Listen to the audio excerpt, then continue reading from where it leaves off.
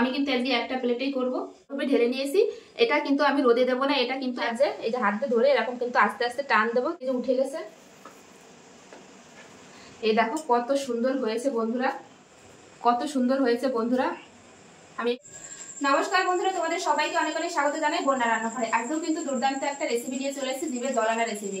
আজকে বানাবো হচ্ছে কাঁচা আমের আমসত্ত্ব।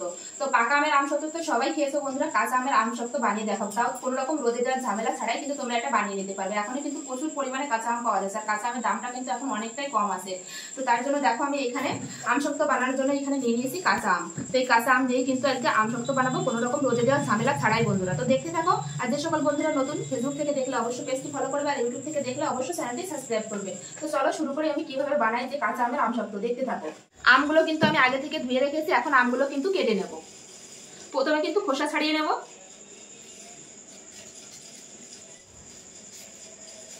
খোসা কিন্তু খুব সুন্দর করে ছাড়িয়ে নিয়েছি। এখন কিন্তু এই আমি ছোট ছোট টুকরো করে কেটে নেব। এই যে এরকম ছোট ছোট করে কিন্তু আমগুলো কেটে নেব, ভিতরে বীজটা কিন্তু নেব না।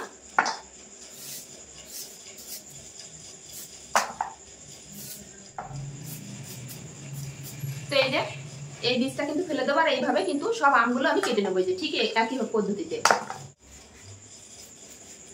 তো এই যে একইভাবে কিন্তু আর একটা আমেরও খোসা একইভাবে ছাড়িয়ে নিয়েছি, এটাও কিন্তু এই একই পদ্ধতিতে কেটে নেবো বন্ধুরা, এরকম ছোট ছোট করে।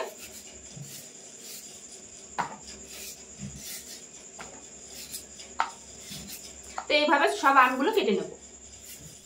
দেখতে দেখতে কিন্তু সব আমগুলো কেটে নিয়েছি, এরকম ভাবে কেটে নিয়েছি। তোমরা চাইলে এর থেকে ছোট ছোট করে কাটতে পারো, কারণ এটা সেদ্ধ করবো তো একটু বড় হলেও কোনো সমস্যা নেই। তো এই আমটা কাটলেই কিন্তু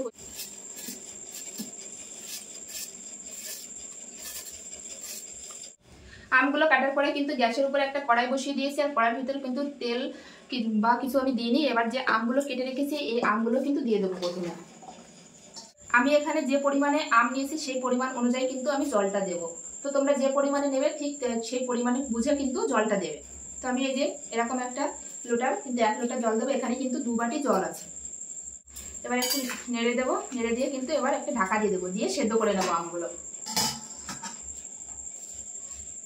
তো এখন আমি ঢাকনাটা খুলে দেখবো যে আমগুলো সেদ্ধ হয়েছে কিনা। তো দেখো আমগুলো মনে হচ্ছে সেদ্ধ হয়ে গেছে সব আমগুলো। এই যে এখন কিন্তু গ্যাসটা বন্ধ করে দেবো। তো তোমরা চাইলে কিন্তু এটা মিক্সিতে করে নিতে পারো। তো আমি একটা গ্লাস নিয়েছি, গ্লাসের এই পিছন সাইডটা দিয়ে কিন্তু একটু ম্যাশ করে নেব।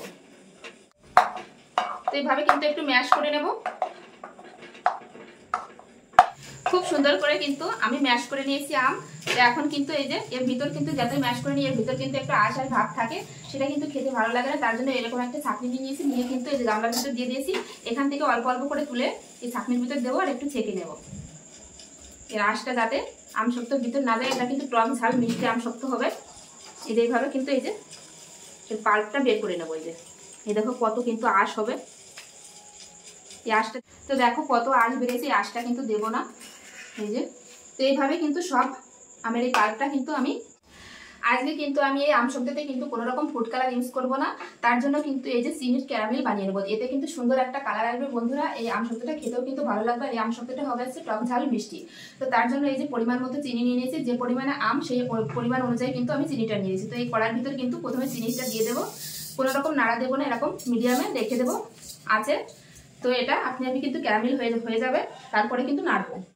চিনি দেখো গলা শুরু করে দিয়েছে, আর দেখো আস্তে আস্তে কিন্তু এই যে কালারটা চলে আসছে। এভাবেই কিন্তু আস্তে আস্তে গলে কিন্তু ক্যারামেল তৈরি হয়ে যাবে। তো দেখো ধীরে ধীরে কিন্তু ক্যারামেলটা এই যে তৈরি হয়ে যাচ্ছে, চিনিটাও কিন্তু গলে যাচ্ছে। কালারটা দেখো কত সুন্দর আসছে বন্ধুরা, এই দেখো। তো এখনো কিন্তু পুরোপুরি গলেনি, আর একটু গলবে, আরো কালারটা সুন্দর আসবে।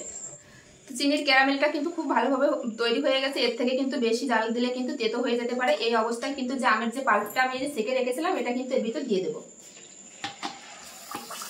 এটা দিয়ে কিন্তু এই যে একটু মিশিয়ে নেবো, এই যে নাড়তে থাকতে হবে এইভাবে। তো একটু নেড়ে নিয়েছি, এবার দিয়ে দেবো বিট লবণ আর দিয়ে দেবো চিলি ফ্লেক্স। যেহেতু টক ঝাল মিষ্টি হবে আমসত্ত্বটা, এই জন্যই কিন্তু একটু চিলি ফ্লেক্স দিয়ে দিচ্ছি। শুকনো লঙ্কা ভেজে গুঁড়ো করে রেখেছিলাম।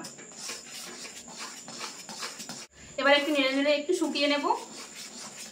আমসত্ত্বটা কিন্তু এরকম একটা প্লেটে বসাবো, তার উপর কিন্তু একটু সাদা তেল নিয়েছি, নিয়ে কিন্তু সব জায়গায় এরকম মাখিয়ে নেবো সাদা তেলটা। অবশ্যই একটু তেল মাখিয়ে নেবে, তাহলে কিন্তু আমসত্ত্বটা খুব ভালোভাবে উঠে যাবে। তো এই সাইডে কিন্তু আম শক্তর জন্য এই যে এটা কিন্তু রেডি একদমই। তো এখন কিন্তু গ্যাসটা বন্ধ করে দেবো, দিয়ে কিন্তু এই প্লেটে ঢেলে দেবো। তো এবার কিন্তু এই প্লেটে কিন্তু আমি ঢেলে দেবো। তো আমি কিন্তু আজকে একটা প্লেটেই করব। এটা কিন্তু শুকিয়ে যাওয়ার পরে কিন্তু অনেকটাই কমে যাবে। আম সত্তর আমটা কিন্তু আমি এই যে একটা প্লেটে কিন্তু খুব ভালোভাবে ঢেলে নিয়েছি। এটা কিন্তু আমি রোদে দেবো না, এটা কিন্তু এখন তো গরমে সবার বাড়িতে পাংখা চলে, কিন্তু পাংখার নিচে রেখে দেবে বা গ্যাসে রান্না করলে তার নিচে রেখে দিতে পারবে, এমনকি যে কোনো জায়গায় কিন্তু রেখে দিতে পারবে। দিলে কিন্তু 1 থেকে 2 দিন পরে কিন্তু খুব ভালোভাবে শুকিয়ে যাবে। তো আমি আজকে কিন্তু পাংখার নিচে রেখে দেবো। এটা সারা রাত যেহেতু পাংখা চলে, এই গরমে পাংখার নিচে রেখে দিলে কিন্তু শুকিয়ে যাবে।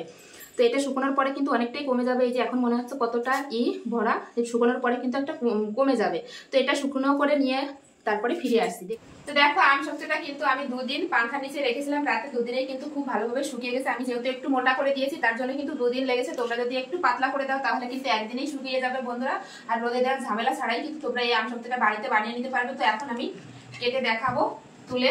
প্রথমে কিন্তু এরকম একটা চাকুর সাহায্যে কিন্তু এরকম প্লেটের এই সাইড থেকে কিন্তু এভাবে একটু কেটে নেবে, তাহলে কিন্তু আম সত্তরটা ভালোভাবে উঠে যাবে। তো এখন কিন্তু এক সাইডে আমি এরকম চাকুর সাহায্যে এই যে হাতে ধরে এরকম কিন্তু আস্তে আস্তে টান দেবো, টান দিলেই কিন্তু উঠে যাবে। এই দেখো বন্ধুরা, দেখো পুরো আম সত্তরটা কিন্তু এই যে উঠে গেছে। এই দেখো কত সুন্দর হয়েছে বন্ধুরা। তো তোমরাও কিন্তু এরকম বাড়িতে বানিয়ে নিতে পারবে রোদে দেওয়ার ঝামেলা ছাড়াই। তো এখন কিন্তু কেটে নেব। তো এবার কিন্তু চাকুর সাহায্যে কিন্তু কেটে নেব বন্ধুরা। আজকে কিন্তু রোল করব না, আজকে পিস পিস করব কিন্তু।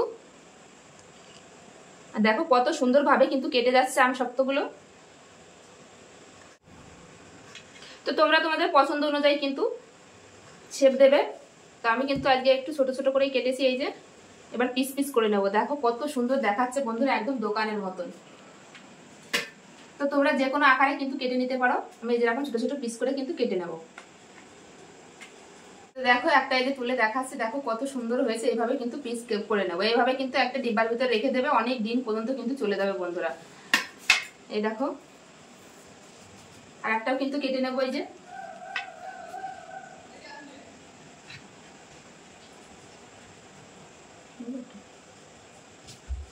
তো তোমরা তোমাদের পছন্দ অনুযায়ী কিন্তু কেটে নেবে বন্ধুরা।